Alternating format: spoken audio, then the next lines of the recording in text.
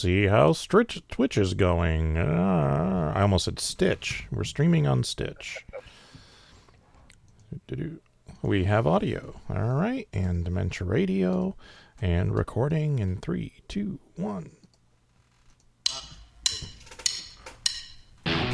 Recorded live on DementiaRadio.org, it's the Funny Music Podcast. Brought to you by FuMP.com, where you can download new free comedy songs twice a week. Now, here's your hosts, Devo Spice and the great Luke Ski. Hey, Devo Spice! Hey, Luke Ski! Now I hear it! Now you hear it! I once again forgot to change my Zoom inputs from when I interviewed Lauren. So, yeah. It doesn't affect anything other than you hearing the music, so... Well, unfortunately, at the beginning of the show, it's like, if we're going to do the thing we usually do, I need to hear when I'm supposed to come in and say, hey, Devo Spice! Exactly. Yeah. Because we're professionals. Whee! We know what we're doing. Welcome to episode 600. Oops, I forgot to update the screen. God damn it. Let's see. Behind the scenes in real time here. Episode number is 699. And the title is An Unhealthy Motion. Let's update that. So there's the pretty screen. And the title's in the chat. So welcome to episode 699 of the Funny Music Podcast for November 9th, 2023. The title is An Unhealthy Motion. And go away. Stop. Okay. So, yeah. Hi. Hi. Steve's going to be here later, and you interviewed Lauren? Yes. So Lauren is pre-recorded. Steve Goodie is doing a thing with his family. He will be available in about a half an hour. So we're going to do Lauren's song and interview first, and then Steve will join us at about 9:30 or so, give or take. So let's do this stupid thing. Let's get caught up with what Devo and Luke have been up to since last week. Or else Devo, if Luke failed and didn't show up. Hey, what? No, he's right. So, Luke, what you been up to? Mainly just doing my dumb job and trying to, keep something that resembles a positive attitude, or at least a not negative attitude. Yeah. Because it sucks and it's boring, but I'm trying to get my act together and make a new updated to-do list so I can figure out if there's anything important that I need to do that I've forgotten about, and if not, then I can move on to other things. I suppose at some point soon I need to be figuring out MarsCon stuff. I know there's a ConCom meeting this Sunday, so I should probably have something to tell them. Besides the fact that, we've already announced Andy is going to be there. So, yeah, not much to say. Me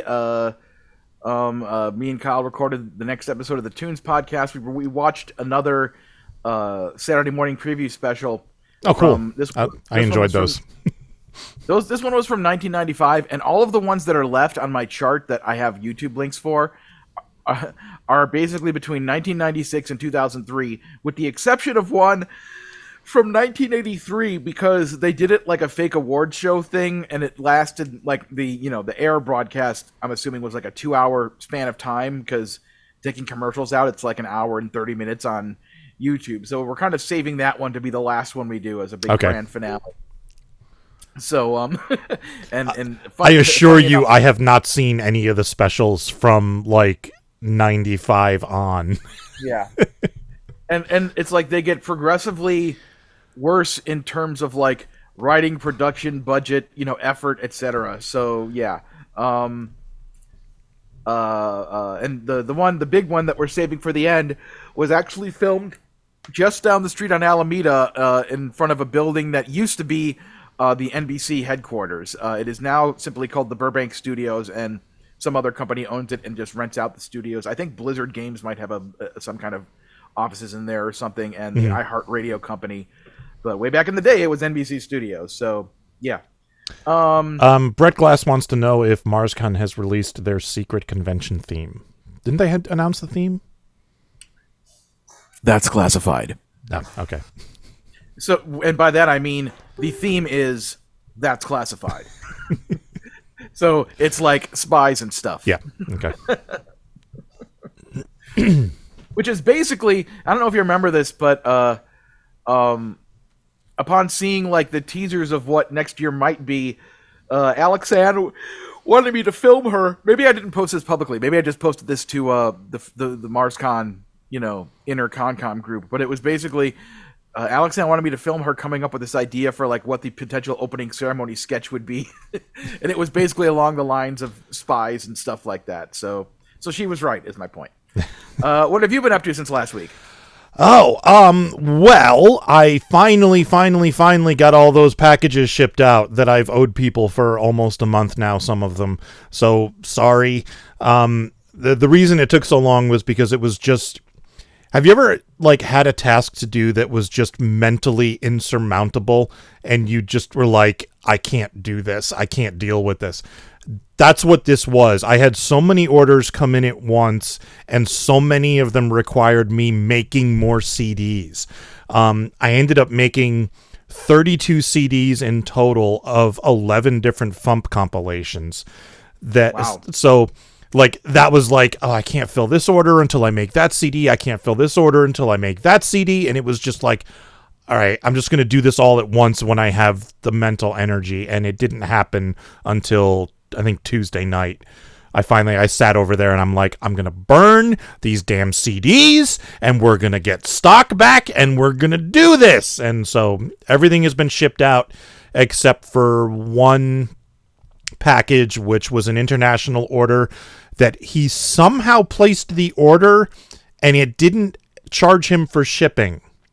Huh. And if it was a small amount, I'd be like, whatever, and send it. But I don't know if you've looked at international shipping rates lately. Shipping 3 CDs to the UK costs $27. So I'm not going to eat that. He's going to pay that. Yeah. It's like just even shipping things to Canada, it's like it's insane. They order one CD. It's like the postage is more than the cost of the CD itself that they're buying. I think Canada's like $17 now for one CD or something. Ian was talking about shipping the Logan Awards to Australia for Tom Cardy, and he's like, "Yeah, UPS quoted me $300," and we're like, "No." I'm like, we will send him the 3D file. He can print it him damn self. We'll put Ian on a plane. Right. Send him to the That would probably be cheaper at this point. So, but anyway, that albatross is off my neck now, finally. So I am caught up with the shipping. So I apologize to everyone who's been waiting on stuff, but it is in the mail now. The other thing that happened on Tuesday is my friend Mur Lafferty, who's an author, had a new book come out, and I got the notice from Audible that my pre-order was ready, and I was like, oh great, I can start listening to it while I'm doing things around the house. So I start listening to the book, and the first thing I hear is the narrator after the introduction. This is part 1. She says, I'm resigned to my fate, so I state in plain words, if gravity's so great, explain birds. And I'm like, and I was like, wait, what? And then I remembered that Mur asked me for permission to quote Gravity is Stupid like a year and a half ago. And I said yes, and then forgot. So it was such an exciting moment for me. And I was like, oh my God, she's quoting my song, The beginning of part 2, she quotes Take the Fire Back by Worm Quartet, and Worm Quartet also gets name dropped like halfway through the book. But the name of the book is Chaos Terminal. It's part 2 in what she's calling the Mid-Solar Murders. I am really enjoying this book right now. I think I have 2 hours left in the audiobook, and I'm loving it. It's fantastic. The premise is she describes it as Murder, She Wrote on Babylon 5. It's a murder mystery on a space station, but the premise is that the lead character is like a Jessica Fletcher character where, like, people die around her wherever she goes, you know, and then she solves the mystery. Except on Murder, She Wrote, nobody ever mentions that. Whereas that's the whole thing with the Midsolar Murders, is that people die around her and she solves the murders, but you know, it's messing with her brain that, like, people are constantly dying around her. So she actually leaves Earth and, like, hides from humanity on an alien space station, and then humans come to the space station and hilarity ensues, and that's the first book. And then the second book is called Chaos Terminal. So it's cool stuff. And the other thing I've been dealing with is the website fraud has started up again. The people charge, you know, the whoever has these stolen credit cards and is running them through my processor. And last week or sometime recently, it was a while ago, actually. I realized one of the mistakes I made was that the file that had my API key, and the thing is, they keep getting my API credentials, and I don't know how. So the file that had my API key was in the same web directory as the FuMP website, and I'm like, okay, that's bad, because it's web readable. Even though it's a PHP file and you can't see its contents, it's still web readable.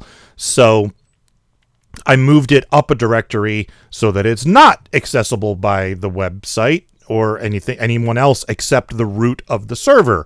So it still works. It's just in a different place now. And so I generated a new API key and put it in this, you know, separate secure folder, and I even changed permissions on the folder to make sure it's not publicly readable. And within 48 hours, the fraud started up again. So I was like, I need help. So today I opened a ticket with my web host, and I explained everything that's going on. And they did a scan of my site, and they found 2 scripts on the site that shouldn't be there. So they've disabled those. I'm going to take a look at them tomorrow. And hopefully those scripts are whatever they're using to get in. And hopefully that will shut it down. They also gave me a couple other suggestions, which are going to be much bigger projects, which I'd rather not do, but if I have to, I have to. So yeah, that's fun. Why can't these people just get a real job? Why do you have to commit credit card fraud? Get a life. Yeah, really. All right, let's do some music. First song of the week is by Lauren Mayer, followed by a brief interview with her. Here is Woke. Hey, before you start, how long is the interview? 11 minutes. Okay, cool. So you've got about 13 minutes if you need to go pee or something. All right, cool. All right, here is Woke Mind Virus by Lauren Mayer. All right.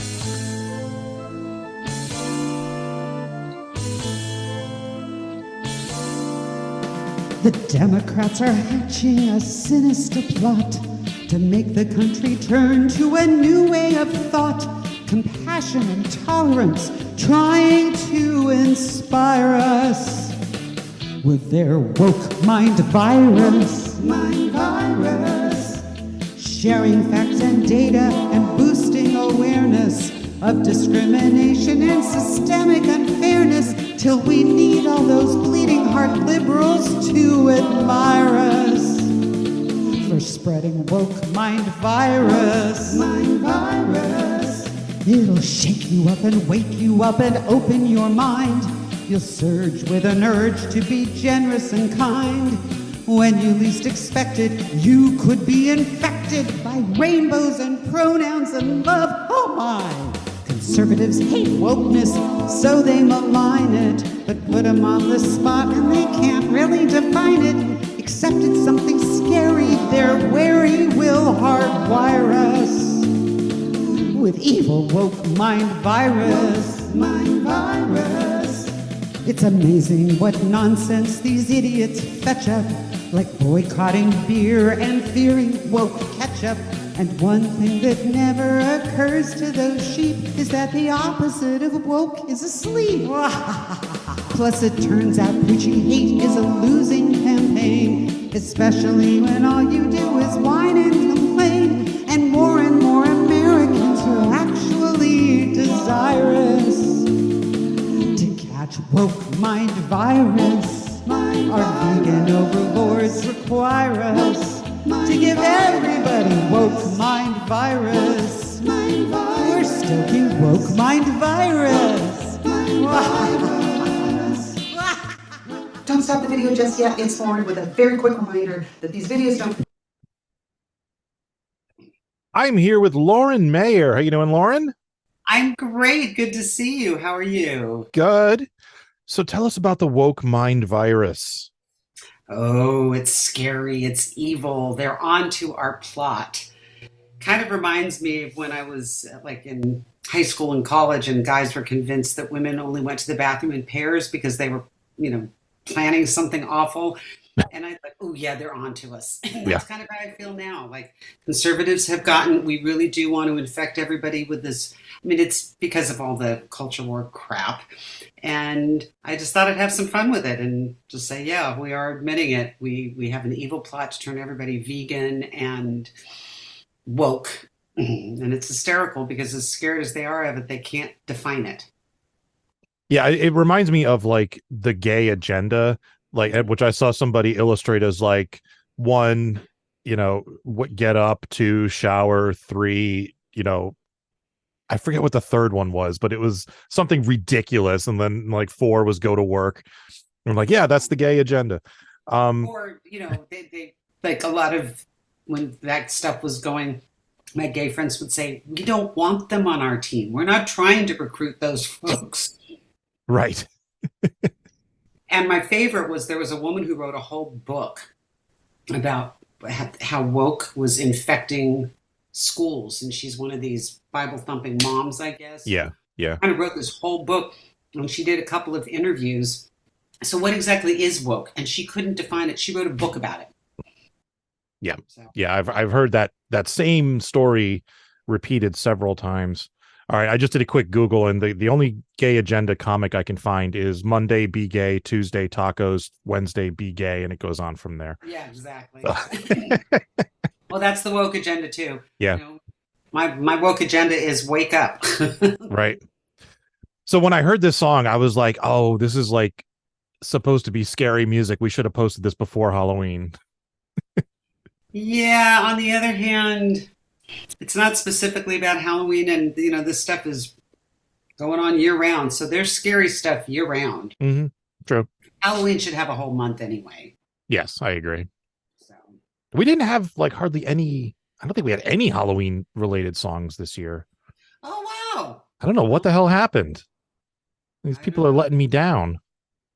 Well, I mean, I'm one of them. I because I posted a song on the 27th that wasn't Halloween related. Yeah, I mean, there's a couple you can make arguments for. I mean, Jeff Whitmire posted the Stabby Road medley, which is about horror movies, which, that's kind of Halloween-ish. But then Luke did the Ghost and Molly McGee, which is a Disney show. That's it, really. That's it. Well, I'll write you something Halloween for next year. I'll need All right. to take a break from politics. Okay. But it's hard to take a break from politics these days because, hey. Yes, it sums it up perfectly. It's going to be hard. I'm going to be off for the next 2.5 weeks because I'm going to be on an East Coast trip. I'm doing a couple of gigs and I'm meeting my brand new first grandchild. Congratulations. And so I'm going to pre-post a couple of planned things, but it's going to be hard not to want to jump in. I mean, I could write a new song every day. Yeah, you could. Yeah. Politics these days, it's nuts, but I'll have to restrain myself, and that's going to be tough. So with this particular song, did you write this as one of your YouTube songs, or did you write this special for the FuMP? Yes. I wrote it for a YouTube song and for the FuMP. Okay. Because I figured the FuMP would appreciate yes, it's political, but I try with my FuMP songs not to go full on, I'm a screaming, raging feminazi progressive liberal. Because that, and not that the woke thing hasn't been politicized too, but I wanted to do something that was a little bit funnier and a little bit more, whatever, a little more generic, not generic, general audience, I guess. Mm-hmm. So, yes, it was for both. But I mean, I do a song every week, so I hope you'll forgive me for multi-purposing them. And oh no, yeah, that's totally cool. I was just wondering if this was like a song you intended to post on your YouTube channel, and then you were like, oh, I guess the FuMP would appreciate that, or vice versa, or both, or whatever. At the same time, I came up with the idea, and I thought, ooh, this would be good for FuMP, and then this would be good for my YouTube. But then I didn't get it. And then by the time I thought of submitting it to FuMP, all the dates were taken. So, so what I need to do we're scheduled like way out all of a sudden. I know. Well, it's because you've become popular, and a lot of people want to be part of it. So that's great. So what I'm going to probably do next time is I'll snag another date now that it's live, and then I'll try to write something that week or shortly before. Okay. It's a sickness. I did my song for the week. I wrote it yesterday morning and recorded it today so I can put it out Friday, pre-posted because I'm leaving tomorrow for my trip. But I'm getting to the point where I can write a new song in a half an hour if I have to, which is not ideal. It's a little stressful, but you do what you got to do. You are never going to run out of content. Oh my God.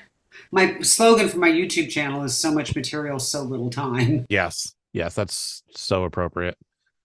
I mean, I'd love to tell this story when I first started doing these songs in 2012, when I thought political discourse had hit an all-time low. And how low can you go? We're still trying to find out. And after the election, from like 2013 to 2015, there were really weeks where there wasn't much. I wrote one about John Boehner's tan. I wrote one about the Congressional Budget Office scoring system. I wrote one about the difference between a caucus and a primary. I mean, I was scraping the barrel. Yeah. But I have 47 topics. What do I want to write, or what inspires me, or what has the best memes that I found online to put in my videos. If I've had a really good cartoon, sometimes that decides the topic. Oh, that's cool. Well, yeah, it's always good to get help. I don't know if all FuMP people know I do this weekly video thing. So I put out a video every week, and I was a high school debater. I feel like I have to have evidence to back up my points. So I started doing like little clips from articles, and then some headlines or some charts with statistics. But then I started putting memes and cartoons in to prove my point. So I try to mix it up a little bit. But yeah, if I find a good cartoon, that picks the song. That works. Yeah. So where are you going to be on the East Coast? I'm going to be in Long Island for a couple of days, seeing my in-laws. This is my East Coast tour. And then we're going up to Massachusetts, outside of Salem, where my son and daughter-in-law live, with my new grandbaby, and I get to spend about a week with them. Then I'm going to have a night in New Haven. My husband's never seen the Yale campus, so I'm going to give him a little tour of where I went to school. Then I'm doing a house concert in Baltimore, and then I'm doing a synagogue concert in Philadelphia. So nice. But I will come back to the New Jersey area because I've got a couple of friends in New Jersey I'm not going to make it to this time. So maybe. And where are you again? I'm way up north. If you look up where Action Park is, or Mountain Creek, they call it now, that's where I live. Up north in New York State or Jersey? Up north in New Jersey, up in the thing is, New Jersey is divided into 3 sections. There's the bottom quarter of the state, which is South Jersey, that's Atlantic City. Then there's the central quarter of the state, which is the Philadelphia area. And then the north quarter of the state, which is Newark. And then there's a 4th quarter of the state up here that everybody doesn't know about. They just forget that it exists. That's where I live. I live an hour north of what most people consider northern New Jersey. Oh, okay. Because the new dad's son went to Rider University, which is near Rutgers. Yeah. So is that the second quarter or the top? Yeah, that's the top quarter. That Rutgers is about an hour and 20 minutes, I think. My son's gone swimming there a few times for meets. Okay, so I probably passed your house when I was driving to visit him all the time. Yeah, unlikely. Wow. But if you ever get a moment, there's a very entertaining documentary called Class Action Park about Action Park / Mountain Creek, the water park that's like 2 miles from where I live. No, you know what? Actually, that's the one. So my husband went there as a kid. Okay. And got badly, like he wasn't injured to the point of hospitalization, but like burned, got a friction burn all over his legs because. Yep, that's the place. Yep, yeah. Yep. So he's been there. So okay. What's the name of the park again? Right now it's called Mountain Creek. It used to be called Action Park. Action Park. I'm gonna. Yeah. That's hysterical. Yeah. The documentary is called Class Action Park. It's really interesting. Yeah. They thought about it, but his parents didn't know anything, and so he got hurt. Yeah. When I was in high school, it was like a badge of honor to go to Action Park and come back without any broken bones. It was like, oh man, you made it. All right. Yeah. Oh gosh. Well, I will be avoiding that park, but I'll wave at your house if I okay. All right, cool. All right, so do you have anything you'd like to plug? Well, my YouTube channel, Psycho Supermom. I am hoping to do more East Coast tours of like house concerts and shows. So I've got 2 main shows that I'm shopping around. One is Don't Mind Me, I'll Just Sit Here in the Dark, which is reframing the Jewish Mother show. That's my latest album. And it actually, although it's funny and as comedy, I'm making a serious point, which is the Jewish mother stereotype is inaccurate and based on misogyny and anti-Semitism, neither of which we really need more of these days. So I've got that. And then I've just got all my general funny FuMP songs and political songs and hoping to do some fundraisers to help make sure that democracy survives 2024. So I've got that. And then the musical that I wrote about, Marie Dressler, is going to have a workshop at the San Francisco Conservatory of Music in January, and that will be available streaming. So I will get you information about that, and it will go on the FuMP calendar. Great. Yeah. Let us know, and we'll plug it in the news here and wherever we can. Great. But yeah, I'm going to start doing a couple more East Coast tours now that I've got a grandchild to visit. I'm going to be back east. You got a reason to come out. So I have a great reason to come out. And if I do a gig, then I can write it off on my taxes. Right. All right. Well, thank you for joining us. Thank you for letting me do this. And we will catch you next time. Keep the FuMP going, and I'll see you soon. This is the FuMP. But it isn't too hard. I've got the Liar's Clue and the Vegas parody and some video game versions I can play on my screen. 24 and Busters says I like those properties and the Scout the Wise Clue because I give the charities. Of course I have the movie and the documentary too. And this is for everyone who says I don't have a clue. And in the end, when I was facing a fate worse than death, she became a wraith of joy and rescued me and set us free. Not bad for the first season of Ballet McGee. I mean, when it comes down to it, you kids are jiggy, crunk, trill, funky fresh, and stupid deaf. No. That's the Funny Music Project at thefump.com. THEFUMP.com. Now don't you bury that gauge, bury that gauge at twilight. Boy, 40.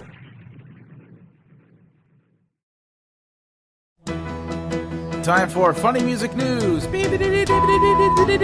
Something.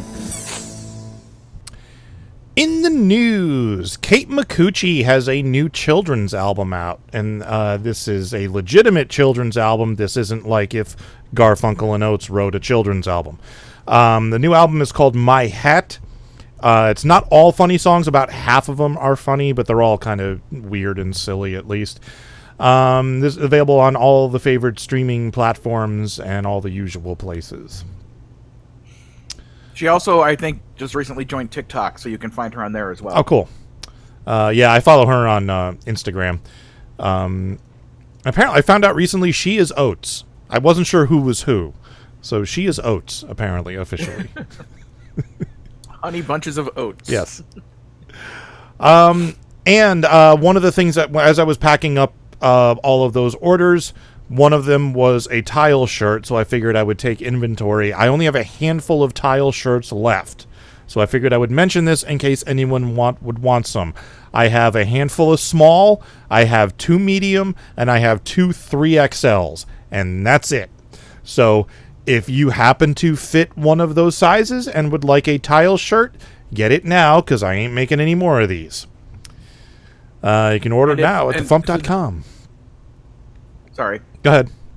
I was going to say, if there's anyone out here who doesn't know what the tile thing is all about, go to cdsw.bandcamp.com and you can hear all 3 of the albums by Cirque du So What, the sketch comedy group featuring myself, Devo Spice, Worm Quartet's Shoebox, and Chris Mezzalesta of Power Salad. Yeah. Yep. And that's all the news I got. Do you have anything? Nope. All right. Tour dates. On Sundays in Nashville, Tennessee, Steve Goodie hosting at the Bluebird. On Sundays online, 2 Sleeps. Mondays online, Steve Goodie and Brad Tassel at virtualcomedyshow.com. On the 10th and 11th in Medford, Oregon, Phil Johnson and Roadside Attraction. On the 11th in Houston, Texas, the Consortium of Genius. On the 12th in Portland, Oregon, Phil Johnson and Roadside Attraction. Okay, got a bunch of Phil Johnsons. On the 13th in Medford, Oregon. On the 16th in Bend, Oregon. And on the 17th and 18th in Richland, Washington, Phil Johnson and Roadside Attraction. And on the 18th in Columbus, Ohio, Carla Ulbrich. And birthdays coming up on the 13th. We have 2. We have Dr. Vern from Sci-Fried and Glenn Raphael. 2 people we haven't heard from in a while, so... Mm-hmm. All right, let me ping Steve and see if he is ready for us. Because we're ready for him. Ah, there he is. Hey, guys. Hi. Perfect timing. Really? Really? That never happens. Yes. So, give us a quick intro to this song and we'll give it a listen. I came up with a stupid parody idea for FuMPFest 23, and it didn't win. All right. Well, it could have. Here is I Fell Off the Chairlift by Steve Goodie. The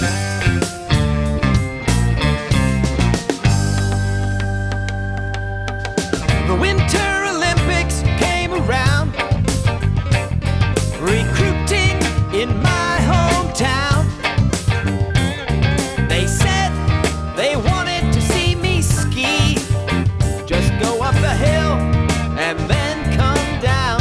They said to me, it's as simple as can be. And I said, okay, hold on a second, fellas. I've never done this before. You're gonna put those sticks on my feet? I don't think so. I fell off the chairlift, so I did not even get to ski.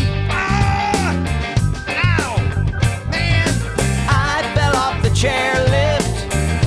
Boy, I hate the law of gravity. I told you, I've never done this. Ow! The IOC really wanted me. For what?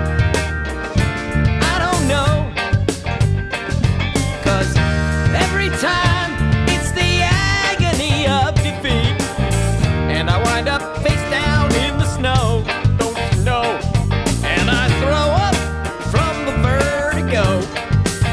And I say, I'm calling my lawyer and my attorney and my insurance company, and you guys are gonna be sorry. I fell off the chairlift, and I hear my family bet against me. Can you believe that? You know, the good money's on Gwyneth Paltrow. I fell off the chairlift. Man, oh man, that shit is slippery. Just ask Sonny Bono. Too soon? I never heard the starting gun, but then I landed on the luge run, and somehow I took the gold, though I was unaware that I was in some kind of crazy habit trail sledding competition. Even though I broke both legs and a thumb, I still won. And I said, it's like this is a reality show and a game show. Where's Wayne Brady or Howie Mandel? No deal. I fell off the chairlift and nearly got an appendectomy. Ow, ow, ow, ow, ow, ow, ow, ow. I fell off the chairlift, and I'm pretty sure I was pushed by the great Luke Ski.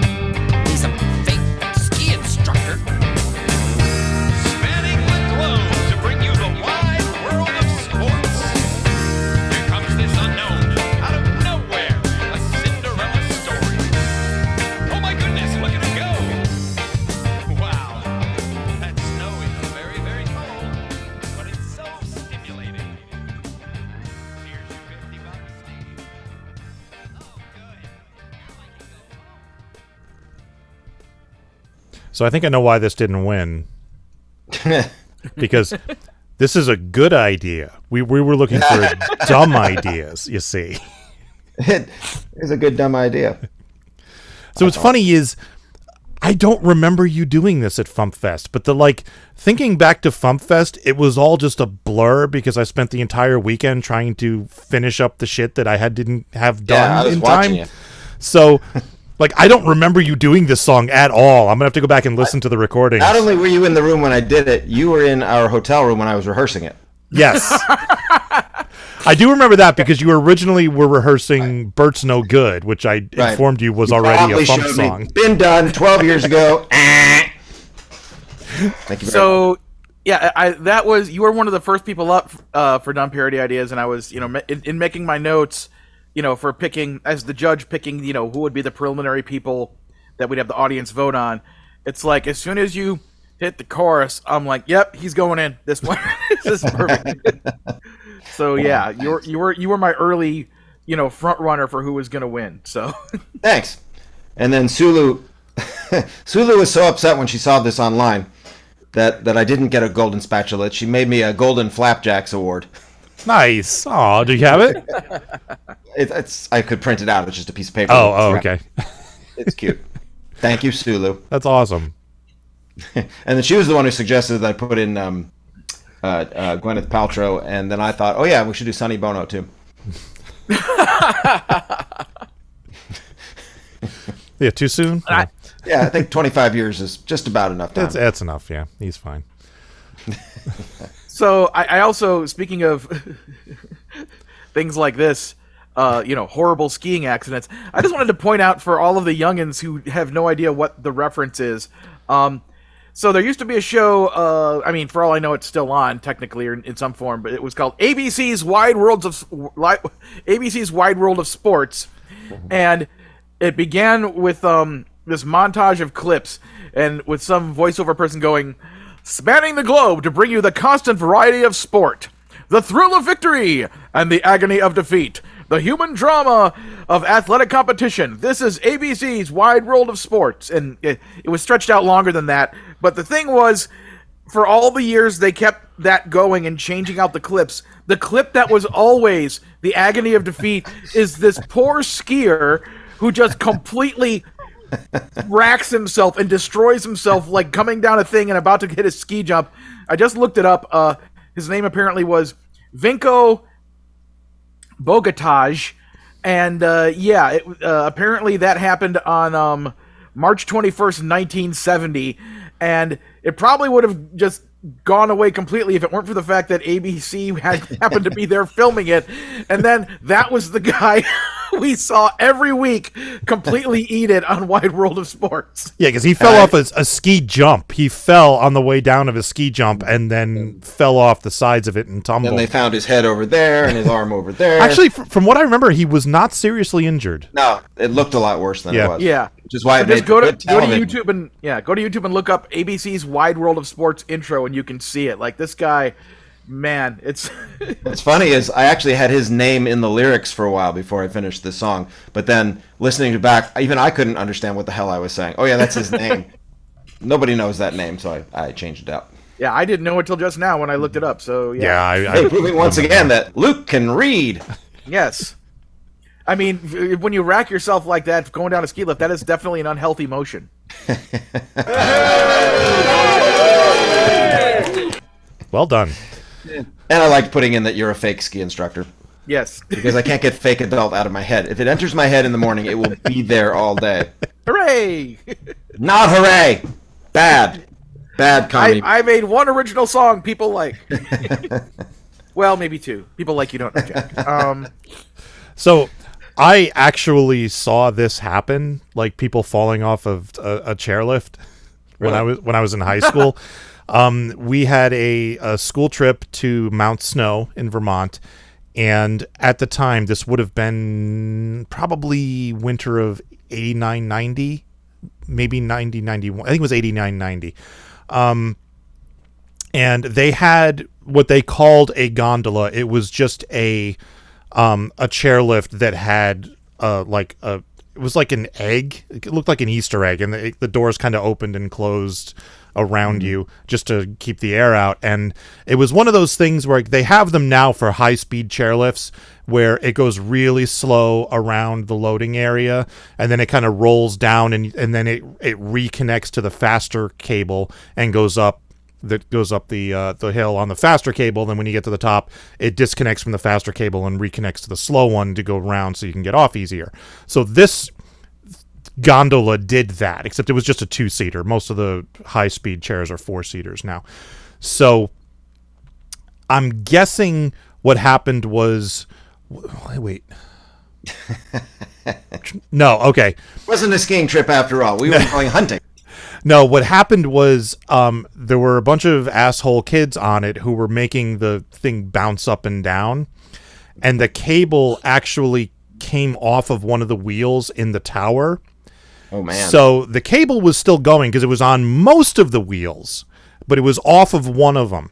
So this chair gets up to the tower and hits it's not lined up where it's supposed to be, so it doesn't fit through anymore. It hits the tower and stops, and the cable is still going. So the chair behind it comes up, smashes into the back of that one, and it's still going. Chair behind that one comes up, smashes into... So now there's 3 chairs. And by this time, I was on a parallel chairlift going up right next to it. And this... when this happened, after the third one hit, the first one fell. And it was probably about 30 feet high. It wasn't like 100 feet up or anything, but it was about 30 feet up.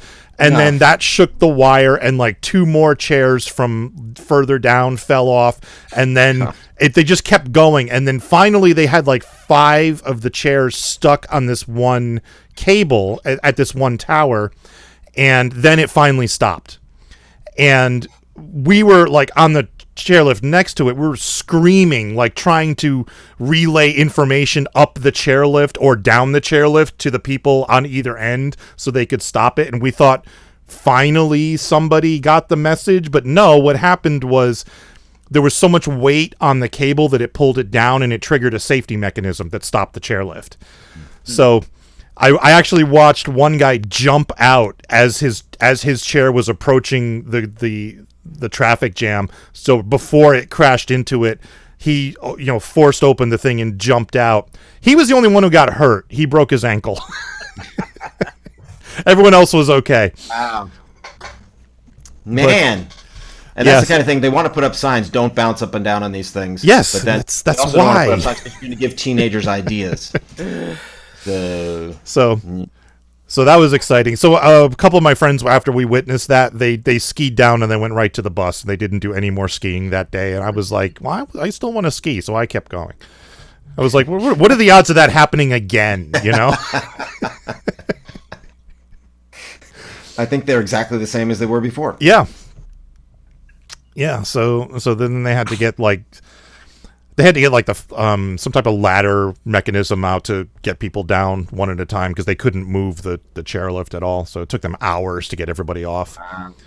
That's why you can't remember my song at FuMPFest, because it triggered all these bad memories. Yeah, that's what happened. I was flashing back to when I was skiing in high school. Good times, yeah. So yeah, the only thing I remember about dumb parody ideas is Bonnie Gordon on stage with a squirrel. That's all I remember. She's up there holding this squirrel, singing about the squirrel, and that's all I remember about dumb parody. Yeah, because during I think it was during the onstage FuMPCast. Yeah, because I was plugging the whole thing with my your top 50 the top poll. 50 poll. Yeah, and I mentioned how somebody in the past, the last time I did it, had screwed up and kept voting for the same song, which was a song called "I Kissed a Squirrel," which, for those who never heard it, was a parody of the Jill Sobule song called "I Kissed a Girl," done way back when in the 90s. And it was basically a big inside joke song about me and my friends and my brothers had these sketches we did, and we invented this weird character who really liked this squirrel that we called the Viking Squirrel. It was basically a doll of Fievel from the American Tail movies, but we put a Viking helmet on him and pull his ears through the Viking horn part holes. So he got known as the Viking Squirrel, and it was a bunch of jokes. So I wrote a parody of I Kissed a Girl called I Kissed a Squirrel, ha ha ha, and then I put it on my album because back in 1996 or 97, whenever it happened, like the idea of like I can record my voice and have it digitized onto a CD was so incredibly novel and hilarious that I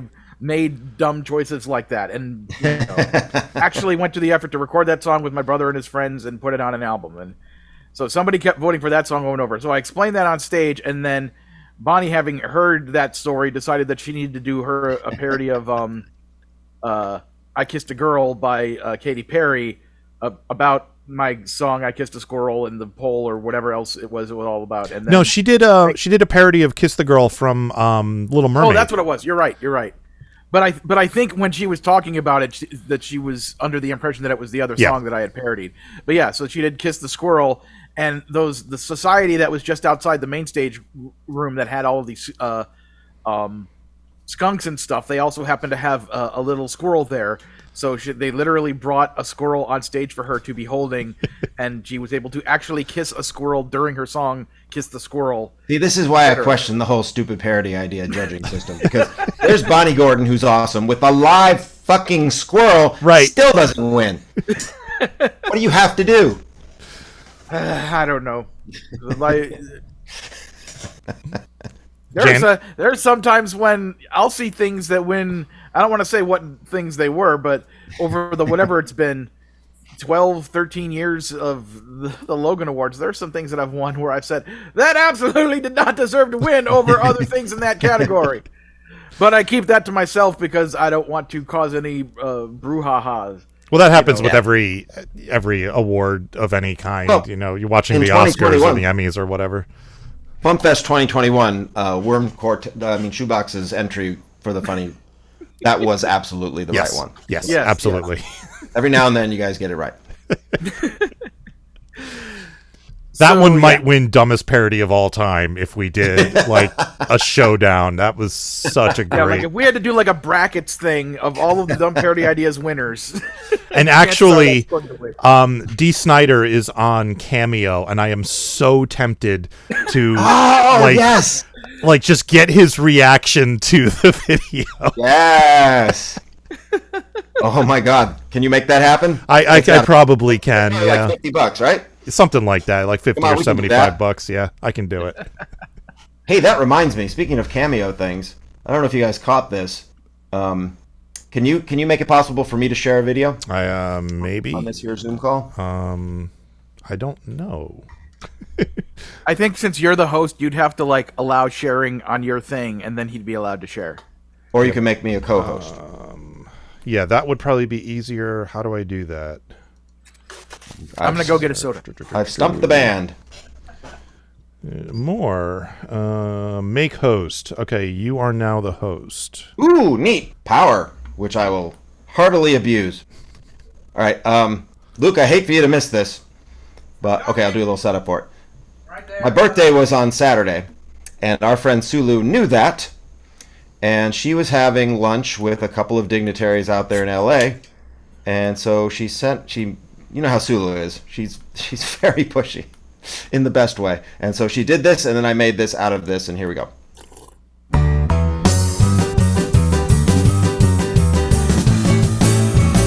I had a birthday today, and it was pretty awesome. I have friends all over the world, and so I couldn't see all of them, but the friends that I have who live here in Nashville where I live took me to lunch today at a restaurant on the lake, and it's not just on the lake, it's on the lake. It has pontoons and it floats.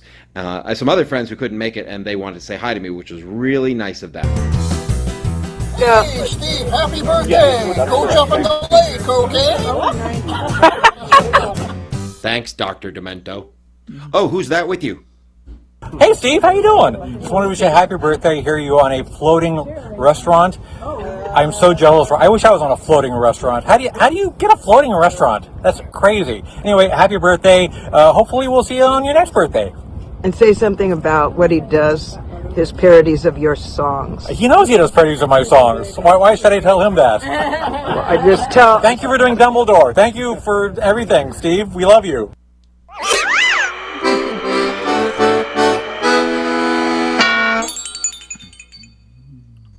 And there you have it. It's like, say nice things to him.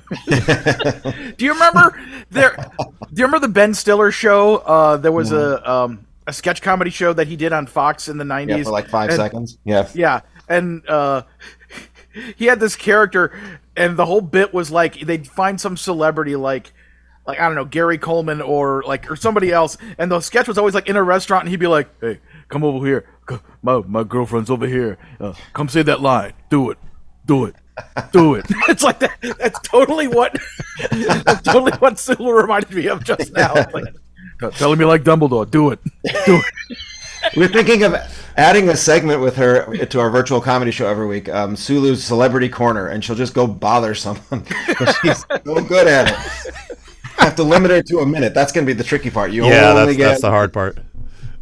Hey, remember when she was at FuMPFest when Dr. Demento was there, and we had that big group picture for the 50th anniversary, so we put Dr. Demento on a chair right in the middle, and we all stood around him. And where did Sulu decide to sit? On his lap? On Dr. Demento's lap, blocking his view during our big 50th anniversary photo. We can barely see Barry because Sulu chose to sit on his lap. Like a normal person would in that situation. God bless her.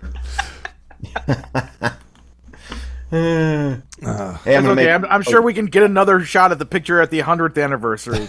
Yeah, no problem. I think I've talked her into letting me do a house concert at her house next April when I'm on the West Coast. Oh, cool. That's just nice. Insane. I wonder if I'll even get any time on the microphone. Well, you can open for her. You can do your set and then have her do a first. set. I will get to say something, and then all bets are off. It'll be her describing your song. It's like he talks about chasers and beaters, and then it's all this stuff, and then it's really fast. You're really going to. And we're out of time. We'll do this next year. And then she'll want to sit on my lap during the picture. All right, raffle that off at the next FuMPFest. Sit on Steve's lap during his show. We can do that. Okay, then. All right. So do you have anything you'd like to plug? Yes, I would like to plug that 11 days from now, November 20th, Devo Spice will be our musical guest on the virtual comedy show. Yay! Woo! At 9 o'clock Central, 10 o'clock Eastern. That'll be a lot of fun. But before that, although this isn't really a plug, it's just, I think I said this, but I'll say it again. On the 18th of this month, which is a week from Saturday, I'll be filming a PBS show called Songs at the Center. My friend Eric Nesda has been doing this for 10 years. He first had like one PBS affiliate. Now he has over 100 all over the country. Nice. He said, let's do a funny one. And I said, sounds great. And he said, who would you want to have on the show with you if you had to pick one funny musician? I said, Carl Albrecht, and he got her somehow. I think it has something to do with money and airfare and a hotel. So, yay, that'll be fun. Awesome. And it'll probably air earlier next year. Nice. Excellent. All right. Let's do some feedback.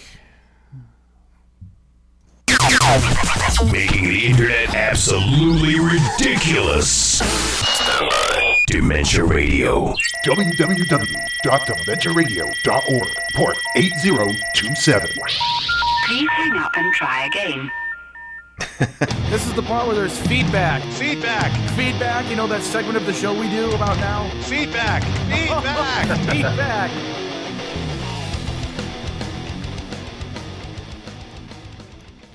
Feedback. Alvarant wrote, in reference to putting things on Big Macs last week, a pizza parlor in my hometown has a thing called Big Marv, which is a Big Mac if it was a pizza. Thousand Island, beef, onion, cheddar, and mozzarella, topped with lettuce and pickle. I'm convinced any hot sandwich can be converted into a pizza. I dare anyone to prove me wrong. No, you're right. You can pretty much make anything into a pizza. Sounds right, yeah. Yeah. So that is all the feedback we got. So that's one of the first pieces of feedback that it involves feeding. Kind of guy. True, yes. And I have a job. Yeah. Tomorrow's song is by Bad Beth and Beyond. Beyond. And Tuesday's song is not yet posted. So, and in case anyone's wondering, last week we teased that Tony Goldmark was supposed to have a song this week. Tony decided to postpone his song till later in the year, so that's why I moved Steve from his coveted Sunday slot to a normal slot. So, just because that was the easiest way to update the schedule. So, I need a playlist topic for this week. What should I do for the Spotify playlist? Rodents. Skiing accidents. I don't think there's enough songs about skiing accidents. Rodents? I can only think of one at the moment. Rodents. There's probably enough rodent songs. I'll have to check the Dr. Demento playlist. Yeah, I'm sure I can find enough. Okay, cool. Hey, I'm an influencer. You influenced me. Hey. All right. Lauren Mayer is on YouTube at Psycho Supermom, and she's at laurenmayer.com. Steve, plug yourself one more time. SteveGoodie.com. That's SteveGoodie.com. And everybody go see the Marvels with Captain Marvel. Woo! There we go. I can't wait for that movie, and I can't wait for bad CGI Gator. Have you seen the trailers for that one? No, I have not. I am mad that I am not in this movie. It's literally called Bad CGI Gator. Look it up when you get a chance. That and Cocaine Bear. What a double feature that'll be someday. Yes, yeah. It's along those same lines. It's fantastic. I really hope they get Meredith Salinger, who was in Lake Placid, to be in the movie. Oh, that'd be great. All right, let's get out of here. Thank you for listening to the Funny Music Podcast. I'm Devo Spice. I'm Luke Ski, and look, there's Steve. Thank you for listening to the Funny Music Podcast. You can listen live every Thursday night at 10 p.m. Eastern, 7 Pacific at DementiaRadio.org and join us in the chat. Or subscribe to the podcast feed. Look us up on iTunes and be sure to leave us a review. Feedback for the show can be sent to info@thefump.com. The Funny Music Podcast is a production of Fidem Interactive, LLC, released under a Creative Commons share-alike license. Tell your friends, tell your enemies, shout it to random people on the street, and be sure to visit thefump.com for the latest funny songs. Tune in next week where you'll hear Luke Ski say, I've got some hair left. I don't know where to go from there.